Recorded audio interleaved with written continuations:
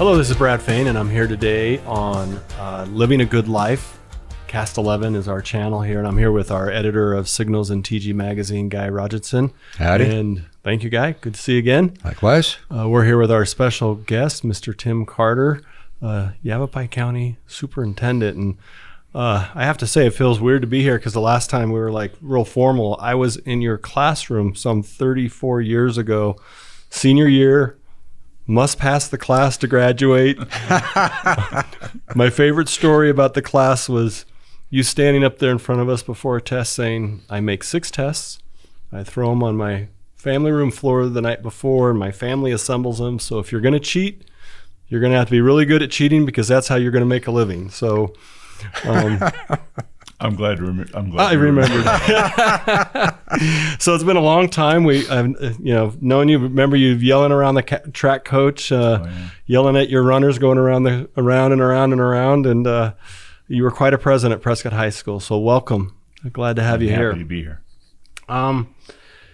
Today we really want to talk about our show is all about community and design, and we want to have just an honest conversation about how we look at community, how we design community, how that impacts housing, how that impacts the people that make our community great, like teachers and nurses and police officers and firemen. And so if you wouldn't mind, just kick us off with like your role as Yavapai County Superintendent. How is that different than the superintendent of Prescott Unified School District? And then we'll just kind of launch into how is education woven into this discussion about housing? Okay. Well, Arizona has a kind of an interesting process that we go through from the standpoint of the way state offices and county offices work in relation to local governing boards. So my job is to work with 25 school districts, 24 charter schools, and 17 libraries in Yavapai County. And we're a service provider. We're their bank. We take care of all their finances with them, in association with them. They make the decisions. We simply make sure they're doing it correctly. We handle all their elections and anything else that they need assistance with. Our motto is listen, innovate, and serve, and that's exactly what we do. So I'm not the boss for the school districts. They have a district governing board that's elected by voters, and then they typically hire a superintendent and then administrators and teachers and those kind of things from there. So our job really is to help provide a service to them. And when they identify issues for us, our goal is to enlighten the community about those issues and to try to find a solution. And without a doubt, the biggest issue that we have right now in Arizona when it comes to education is the fact that we have a very difficult time recruiting and retaining teachers. It is without a doubt the biggest issue that we're dealing with. And of course, housing is a big part of that. Mm-hmm. So this is an issue that we've been spending a lot of time talking about. Yeah. In my world, I hear a lot of people that there's a battle around growth, or this, I call it a battle because it tends to be divisive. They want to put one side against the other. We need to stop growth. We need to continue with growth. And I see that directly relating to the housing prices. If we stop growth, then there's fewer houses, fewer opportunities for people to live in, and it seems to compound the issues that then teachers have to deal with. How does your industry or your organization look at growth from the standpoint of the school districts and the teachers? Well, growth for schools in Yavapai County over the last several years has had a couple of different formats. There was a time period where we had pretty good growth. In the neighborhood of 5 to 8% in some areas. And then it simply stagnated. And then we had a little bit more growth, and then it stagnated again. And we kind of go through these cycles. COVID certainly added a whole new dimension to that. Mm-hmm. So our focus is not necessarily on the growth. Our job is to make sure that we're able to handle whatever that growth is. And we have a lot of growth in the area, but it's not necessarily young families with children moving in. So that's kind of an interesting thing. But our focus is always on education. And so when we identify an issue, it may be associated with that growth, or it may simply be associated with the fact that you've got a teacher and a family and maybe a couple of kids, and let's say they're making $40,000 apiece, it would be very difficult for them to move to Prescott or Prescott Valley and purchase a home at today's prices. And it might be very difficult for them to move here and to lease a house or to even rent a house with, in some cases, we've got communities where there are literally no houses, no trailers. There are no structures available. So what do? Well, they try to find the next closest community and then drive. Well, that is not something that's going to sustain that family and those teachers in our communities. So we continue to try to look for other solutions. Wow. I mean, I don't think people realize the connection there to like your teacher, the one you admire, you work with your kids, and they can't afford to live here. And they're like so essential to our youth, the next generation who, we want to see grow up and get good jobs and take over. Yeah. So hopefully we can retire someday, that they can't find a teacher to be able to afford to live here. And the problem that's compounded, of course, is that it's true of all service industries just about. I mean, law enforcement, firefighters, healthcare, same exact kind of situation. So you have all of those different groups that are trying to resolve a common issue. And unfortunately, we're competing against each other for those same houses. Mm-hmm. Yeah. Now, I've heard in some cases where you have multiple teachers living in one house, where there are like 3, 4, or 5 living in one house. I mean, what does that do to the morale of just the whole business of being in the school and education system? Well, we do a lot of recruiting out of state, and we try to identify states that produce more teachers than they actually hire within their state. And South Dakota is a great example of that. So we usually send a team up there every year, and it's not uncommon to hire 3 or 4. And if they all come back to kind of the Prescott, Mayer, Chino Valley area, then they could share a house, and you might have 3 or 4 typically single, unmarried guys or gals in the same home, and they're sharing the cost of whatever that rent, or if they're able to purchase something, they might be able to do that. That usually works okay for year 1, maybe year 2, but usually by year 3, you have people that want to get married and start their own family, and Sure. now what do we do? Mm-hmm. And we also have the same issue as other areas of Arizona has, is that you have areas that are relatively close to us. For example, in the North Valley and Deer Valley and those kind of areas where they have overrides, and that they're able to pay their teachers substantially more than we are. So it doesn't take those young teachers very long to realize that, 40 miles away or so, there's another place that we may be able to get a raise, and there's probably a much better likelihood that we're going to find housing. Right. So it's quite a competitive market that we're dealing with. Yeah. I don't think people understand how competitive it is. Yes. I heard 2 things there. One is it was more about inventory. We hear attainable housing or workforce housing, and then we also hear attainable, right? But there just sounds like there's a lack of inventory as a whole. Let's forget about pricing for a second. So that's one thing I kind of heard. Well, that's a good point, but it is very specific to the community. Right. We deal with 25 districts and 24 charters. So we've got 101 campuses spread over a pretty good-sized county.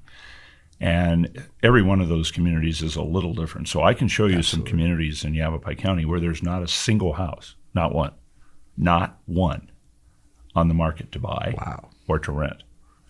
So that point is very well taken. In that situation, it's all about the inventory. But then what happens is you start having this ripple effect of those folks have to move further and further away from where they're teaching or working. And now what is both an inventory and a financial problem in that district starts having a negative impact on the inventory on neighboring districts. Right. Mm-hmm. So it is a very interesting dynamic that we're trying to resolve. So that's one. And the other thing that I heard was part of your mission or your task is to deal with the type of growth, and there's a couple different types of growth. And you mentioned it's not necessarily young families moving here, but probably retired folks that are moving. How is that challenge different than, say, a surge of young people moving here, I hear connectivity to community. Is there a challenge there with your retired folks that come here? And I get it. I moved here for quality of life. Not retired yet, but is it a much different challenge when you have a large, you see growth in the community, but it is retired people versus young families moving here to work? It is significant, and it creates, in my view, a couple of issues. Number one, it changes the dynamic of the kind of home that you're going to see. To be quite honest, if I'm a young married person and we're starting a family, we're probably looking for a different type of starter home than the retired couple that's moving from California. And they might be able to pay cash for that house because they probably sold for a pretty good price when they left California. So those dynamics are very different. One of the things that we were able to do with the county is we were able to get them to develop for us, or in partnership with us and with Yavapai College, some designs of homes. And we were able to take those to the County Board of Supervisors and get those approved, from 900 square feet to about 1,400 square feet. So for a retired couple, that might not be the size that they're looking for. But for a young family, that might work really well as a starter home. Zoning is also an issue. We have a lot of teacherage in Arizona from the standpoint of where school districts purchase trailers, houses. Some of them find hotels, and they're able to renovate it into apartments. We find partnerships between groups like the Arizona Department of Transportation, the Department of Education, trying to share areas where you might have a fourplex, and that can be shared among those agencies and those people that are in that area. So, I mean, there's a lot of different potential solutions, but the issue that you raise is a very good one. And so in this community, it may be that your houses are way outside the price range of young teachers, and in other areas, it may be that you simply don't have any kind of inventory available at all. Right, and I just want to clarify, it's not a slant towards retired people. It's just another challenge for you and the school district. We need those folks, and I'm right there on the door. Absolutely. Interesting. The other part of it for, I think, the districts is we know that the funding is an archaic model. I think you add another angle to this developed like back in 1985, and it's not adjusted for inflation or something like that? Well, the basic model goes back to 1966. It was modified in 85, and then again in 87, and then it's been tinkered with ever since. But yeah, that system goes back several decades. So you kind of have a triple, quadruple whammy in terms of... It's just like this aggregate limit that we've been dealing with. That was all before the advent of charter schools, and it was all before the idea of open enrollment. Wow. So I'm hearing in this challenge that you face, quality of life. You're recruiting young teachers, in this case from South Dakota. They come here. They're living 3-4 to a place while they're single, but then they want to start a family. And then it seems like they can't find the quality of life here because they can't afford a house to start a family, and the pay raises are coming from another district down south. What I'm curious about on this, we don't have long tenured teachers then. After a while, all our teachers become on a pretty short cycle in our school districts. Is that what you're seeing? And what does that do to the quality of our education when you don't have the teacher that's been around 20 or 30 years and then the new teachers coming in and everybody in between kind of passing the torch along and mentoring each other? It compounds the problem. So if we look just at simple data, if we look at a cohort of teachers that come out of college in year one, and they stay in education through year two and then through year three, we lose 44% of our teachers in the first 2 years. 24% in year one, 20% in year two. Now, if we can keep them to year three, we probably have them. They're probably going to be with us. And when you look at the survey data about why that is, lack of housing is an issue, lack of funding, lack of social issues. I mean, again, if I'm a young girl or a young guy, I want to be able to have a social aspect of my life that in many areas of rural Arizona is going to be pretty difficult to do. And so it simply compounds all of those issues, and we have to try to deal with those one at a time if we can. Wow. And sometimes they bump into each other. Right. And the number one reason they leave in the year 1 or year 2 is economic or social? Or can you Actually, that really depends on the district. In some cases, it's financial, but in some cases, it's what they feel is a lack of support. It may be that they're teaching in an area that really was not their major or even their minor. We've got 2,000 vacancies right now in the state of Arizona for certified teachers. We have 48 in Yavapai County alone. Here we are the first week of March. We've got 48 certificated teaching positions for which we never had a single applicant. And so what happens there? Well, we have to cancel those classes. So now we have to double up those kids. So now our student-teacher ratio went from maybe 1 to 20 to 1 to 40 or 1 to 35. Well, that's not good for anybody. Not good for the teachers, not good for the kids. It's not good for instruction. But that's the only choice we may have. Or we simply cancel the class, and then what happens with those kids as far as their progression to be on the right graduation schedule and those kind of things. So it is a challenge, and every community is a little bit different in what those causes are. Well, let's pivot a little bit. So I think we got a good flavor that there's challenges, and I'm sure we just barely scratched the surface of the challenges that are out there. How do we as a community, how do teachers and educators like yourself, businesses, just community members, retirees, how can we all come together and collaborate to solve this problem? And what are some of the ideas that are out there that if we get enough folks around it, we might be able to solve this ourselves? Okay. Well, it takes a community to raise a child, and it takes a community to solve a community problem. And so the idea of getting groups from various backgrounds to talk about a common issue is a really good starting point. And there's been a lot of those discussions. As I told you gentlemen before we started the show, I've already had numerous conversations this week about this specific topic. So there's a lot of interest in why is it happening, how is it happening, and how do we overcome it. So I think there's a couple of things we need to keep in mind. I think the school districts have some options within their own properties and within their own decision-making authority to be able to have some impact on this, probably a greater impact than we're exerting right now. There's nothing other than being able to juggle the funding for it that would keep a school district from building houses or bringing in trailers or developing some kind of an apartment complex for their teachers. And I think we need to do more of that.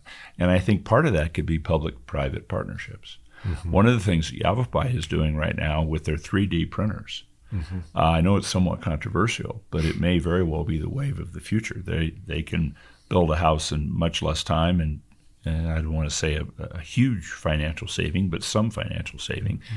And it's kind of in the proof of concept phase right now, but they're really working at it. And they've got a lot of great ideas. And so I think we look at every possible solution out there, and we try to bring every option to the table and see what would work. And what will work in Mayer won't necessarily work in Prescott Valley, right, or Chino Valley or the Verde Valley or whatever it might be. So we have to take kind of one community at a time and identify where are the strengths. Now, if I go to Baghdad, I'm going to live in a home owned by Freeport-McMoRan Copper and Gold because they own the community. Mm-hmm. So even though that's has its own issues, I mean, they don't necessarily have a difficulty finding housing in that community.